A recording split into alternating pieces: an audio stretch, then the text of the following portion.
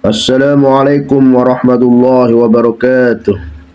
Orang yang sering mengumandangkan azan membutuhkan 10 perkara ini supaya dia benar-benar mendapatkan keutamaan azan.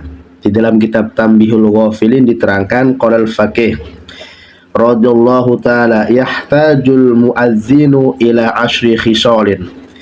Orang yang sering mengumandangkan azan membutuhkan 10 perkara. Hatta yanala fadlal muazzinina, sampai dia benar-benar mendapatkan keutamaan azan. 10 perkara ini dibutuhkan oleh muazzin supaya dia mendapatkan keutamaan azan. Apa dia? Awaluha, yang pertama ini, ayya'rifa miqatis sholati. Orang yang sering mengumandangkan azan hendaknya mengetahui waktu-waktu sholat.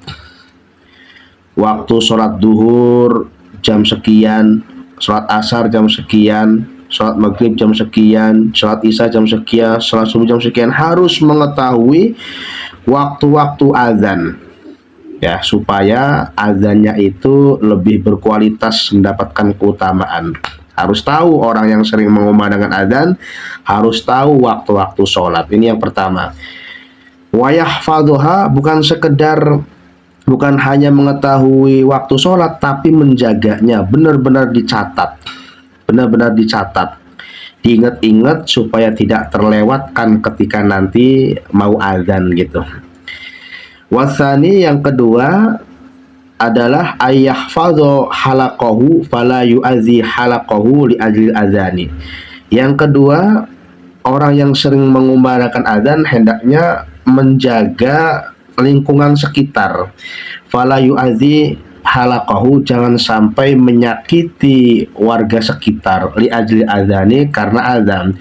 Jangan sampai azan kita itu desibelnya, ya, suaranya terlalu kenceng sehingga bisa menyakiti warga sekitar, dan warga sekitar pun jangan alergi dengan suara-suara azan. Jadi harus bisa bekerja sama. Maka dengan demikian orang yang azan pun akan mendapatkan keutamaan. Itu diatur volumenya supaya jangan terlalu kenceng-kenceng banget gitu. Wasalisu, yang ketiga adalah idza kana ghaiban la yaskhatu ala man adzana fi masjidihi. Yang ketiga adalah apabila dia itu tidak hadir untuk menunaikan azannya yang seperti biasanya, maka dia tidak akan marah kepada orang yang azan di masjidnya gitu.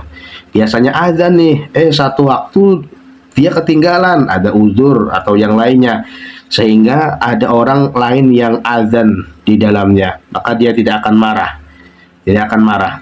Ini yang ketiga nih, supaya kita yang sering mengumandangkan azan tetap mendapatkan keutamaan azan seperti biasanya. Warabi'u, yang keempat adalah ayyuhsinal azana. Hendaknya orang yang sering mengumandangkan azan memperbagus suara azannya. Syaratnya, ya, harus suaranya bagus lah gitu, ya, minimalnya nggak jelek-jelek amat, supaya enak didengar, supaya merdu, supaya elok lah gitu tuh suara azan. Karena ketika azannya bagus, maka akan semakin memperbagus panggilan azan tersebut gitu, insyaallah. Wal khamisu, yang kelima adalah ayatluba thawabahu minallahi ta'ala. Hendaknya mencari pahalanya dari Allah, ya. Wala yamunnu 'alan nasi, jangan sampai mencari perhatian ke manusia.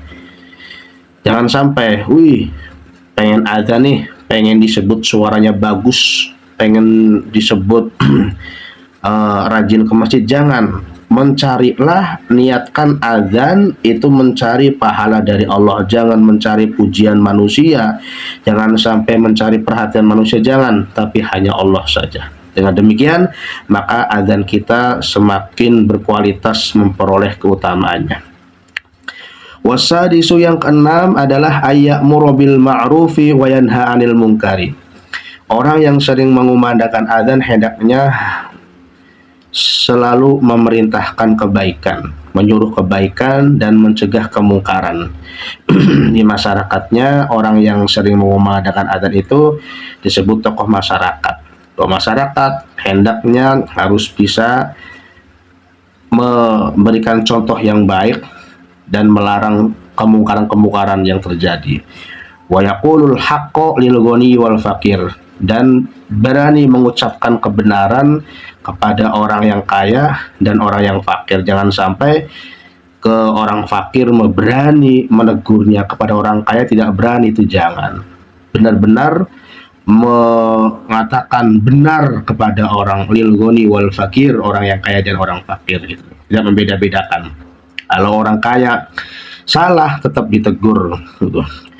Itu tugasnya muadzin salah satunya. Wasabiu yang ketujuh, ayang tadhirul imama biqadri ma la yashukku alal qaumi. Orang yang sering mengumandangkan azan, muadzin hendaknya menunggu imam dengan kadar waktu yang tidak memberatkan kaummu. Ini mah sampai nungguin imamnya enggak datang-datang, sampai makmumnya itu menunggu lama kelamaan. Itu jangan sampai, sewajarnya saja. Terus imamnya itu jangan lama-lama. Kalau yang sudah ditunjuk sebagai imam jangan lama-lama, kasihan masyarakatnya menunggu lama-lama. Jadi seorang muadzin jangan boleh menunggu imam dengan waktu yang tidak memberatkan kaumnya gitu. Tungguin imamnya nih, yang biasa jadi imam ditungguin imamnya, tapi jangan lama-lama. Wasaminu yang ke-8 adalah alla yagdiba ala man akhadha makanahu fil masjid. Muadzin hendaknya tidak marah ketika tempatnya ditempati oleh orang lain di dalam masjid. Jadi biasanya tempat ini di pojokan ini nih, misal gitu kan. Di depan sini nih tempatnya muadzin nih, ditempatin oleh orang lain, itu jangan marah. Ketika kita marah, muadzinnya marah, maka hilanglah keutamaan, kesempurnaan azan tersebut. Jangan marah. Watasiu yang ke-9, alla yutawwila sholata bainal adzani wal iqamati. Muadzin jangan sampai memperpanjang sholatnya antara adzan dan iqamah. Cukup ketika selesai adzan, la ilaha illallah, cukup mengerjakan sholat qobliyah ya, antara adzan dan iqamah. Kalau seandainya sudah selesai semua sholat qobliyahnya, maka disegerakanlah untuk iqamah. Jangan memperpanjang sholat antara azan dan iqamah. Wal ashiru yang ke-10 adalah ayata'ahada masjidahu fayathuruhu minal qadari. Muadzin hendaknya menjaga masjidnya. Dengan menjaga masjid, fayathuruhu ataupun fayutahhiruhu, maka si muadzin selalu membersihkan masjid tersebut minal qadari, dari kotoran hewan, dari kotoran-kotoran yang lainnya. Wa yajnibas sibyana anhu, dan si muadzin menjauhkan dari anak kecil. Biasanya anak kecil itu kan suka main-main ya.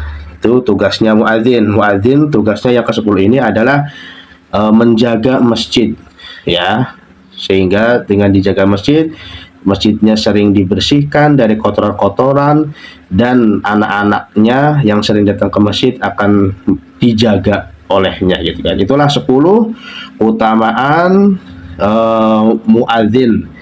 Apabila 10 keutamaan ini, 10 perkara ini dikerjakan, maka azan kita semakin berkualitas di hadapan Allah Subhanahu wa taala. Semoga bermanfaat. Wassalamualaikum warahmatullahi wabarakatuh.